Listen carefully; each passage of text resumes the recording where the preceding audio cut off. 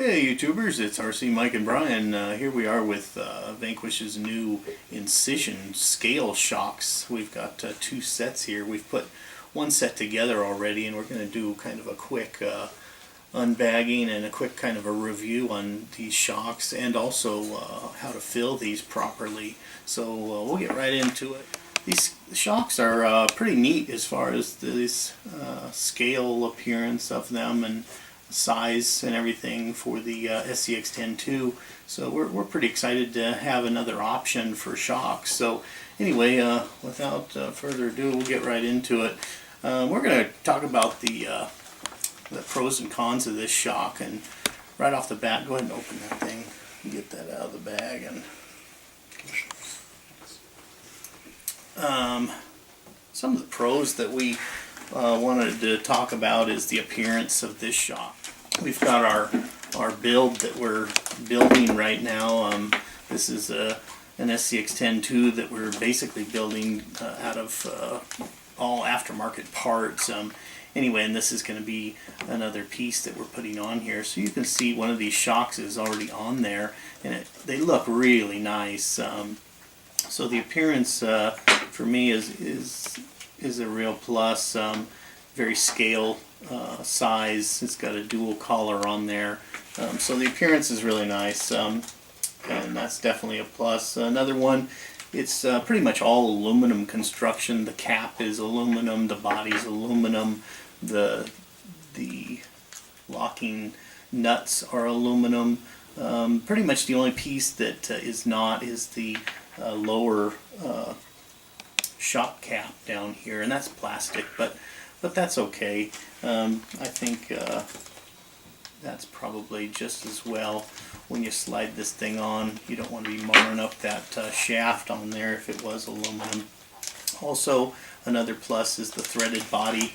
You can adjust these things to the desired pressure you want with this threaded body and these threaded collars.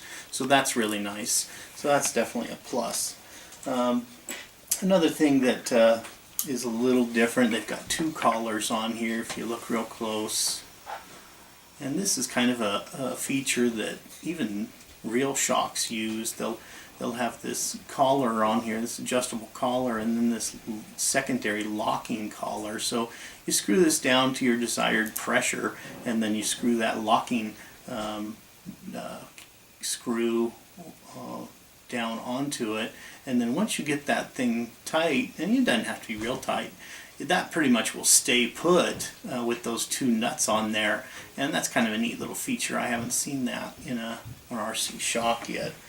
The other thing that's really neat is they have this screw captured bottom lower spring cup down here that has got a screw in there, so you're never going to lose that bottom piece.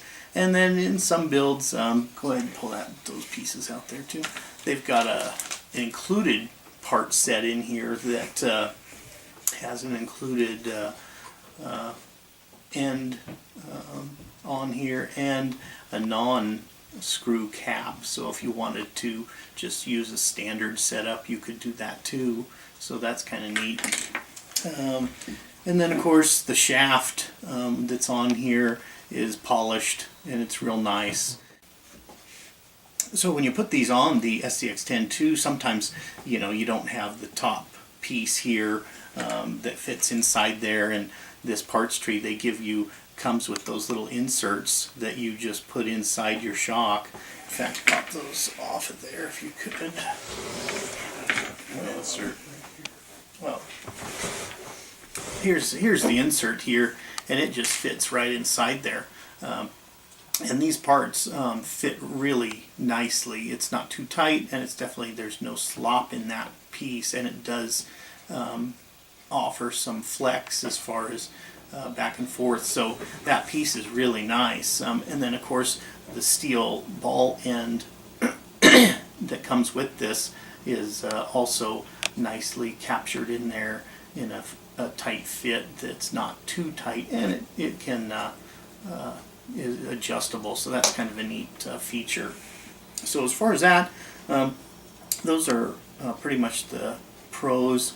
And of course, the internals, which we'll get into, we'll pull one of these shocks apart and kind of show you what's inside. But as far as all the exterior, those are kind of the pluses that we've found. So we're going to pull one of these shocks apart just so you can kind of see what's inside.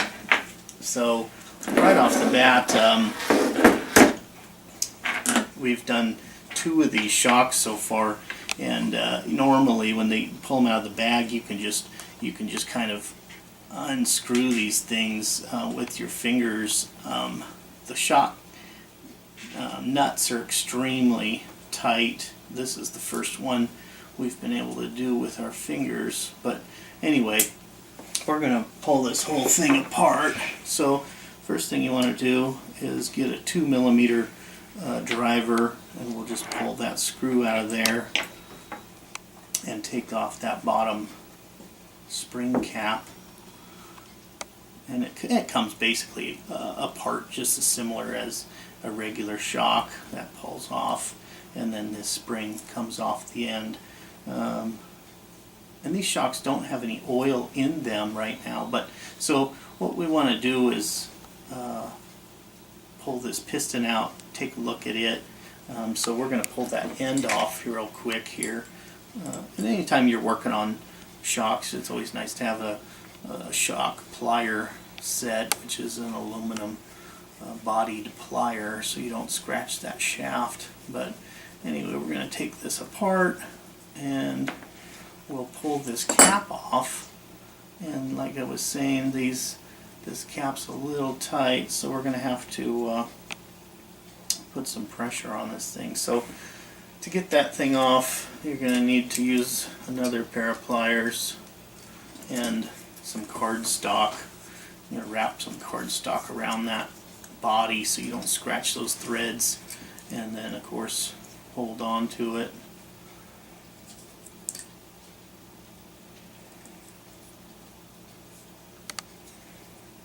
And you don't want to squeeze it real hard, but you do need to hang on to it because this end is fairly tight. So we'll just pop that off, unscrew that, and inside here you're going to see a bladder, which most racing shocks and higher dollar shocks utilize these bladders, and we'll get into that here real quick too as to what that's for. But this right here is the bladder that goes in here, and you can kind of see, and as we put this shock back together we'll kind of explain what that does. But so there's your bladder, and then what I like to do as soon as I pull a shock apart, go ahead, zoom out. What I like to do as soon as I pull a shock apart is cycle this piston with no oil in it, just as it did from the factory. So you just slowly kind of push it in, and you can kind of feel the internals of that shock. And just like the other 2 that we did, the inside wall feels real nice. However, the last bottom third inside that shock body is real tight. It's almost like it is not the same diameter throughout this whole body. You could slam some oil in here and just, fill it, run it, but for the price point, this shock really kind of has a pretty substantial catch at the bottom. Really no reason that should be there. It should be smooth throughout the whole stroke of the shock. So anyway, that's kind of a con, and we're going to kind of show you how to fix that here in a second. Or at least make it better. At least make it better. And a couple of the other shocks, they weren't quite as smooth inside, but this fix will fix all of that. So inside this body, our concern with it right now is when you push this in, we've got this catch at the bottom that's kind of a little more substantial than I would like to see, especially out of a shock that we're trying to make work right. Yeah.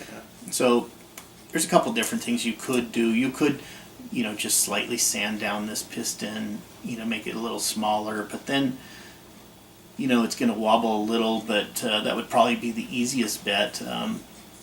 What we're going to do is actually polish the inside of this body a little bit more and try to correct that internal catch in there. So with that, this gets a little more in depth. Some people, are not gonna want to do this extensive option, but if you pay $108 for a shock, you should make it work. yeah, and for the price point, it's kind of like, if they were half as much, I wouldn't probably be too concerned or as concerned, but for the price point, I kind of would prefer if it worked as good as we could make it. So anyway, we'll try to help you with this fix. So basically what we're going to do is you take this Dremel and then polish the inside of this body with a just a little bit of a polishing compound and a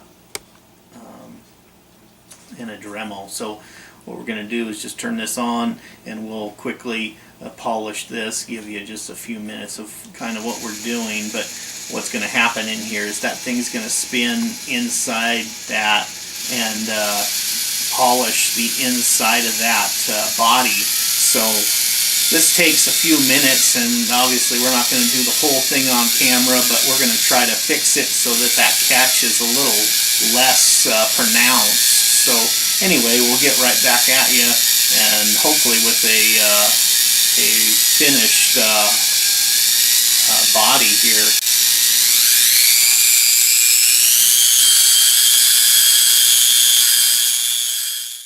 So here we are back with the slightly modified body of the shock, and now we've got our shock sliding in and out of our or shaft sliding in and out of our body nice and smooth. We just had to kind of polish the inside of that and get the burrs or whatever was in there to make it slide in and out nice and smooth. So, and it's not the little plastic piston inside there. It sometimes you can get a burr on that, but that's not what it was.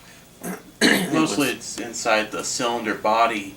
The sidewalls are not quite perfect. They're a little rough inside there. So anyway, so we've taken the time to kind of polish that and correct that issue, and sometimes that's just part of the expectation of the hobby, is trying to make sure everything works right and proper. We could have just slammed it together and put oil in there and ran it, and probably would have affected it slightly, and maybe nobody would have noticed. But when you're trying to do it right and do it a good job, you kind of want to pay attention to what you're doing here. So anyway, with that, we'll move on. So we're going to put this together, and these couple of the parts are a little different.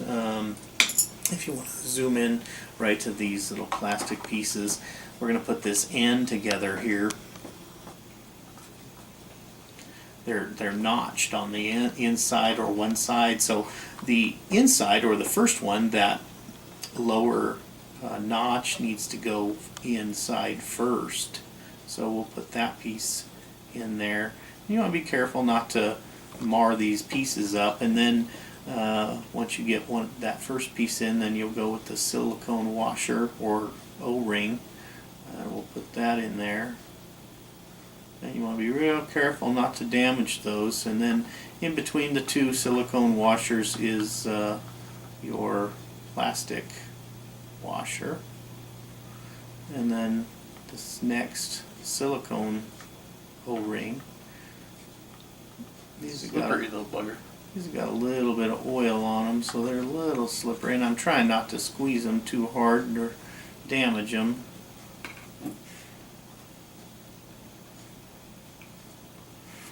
And then the final piece is the other end, and you can see the orientation on there.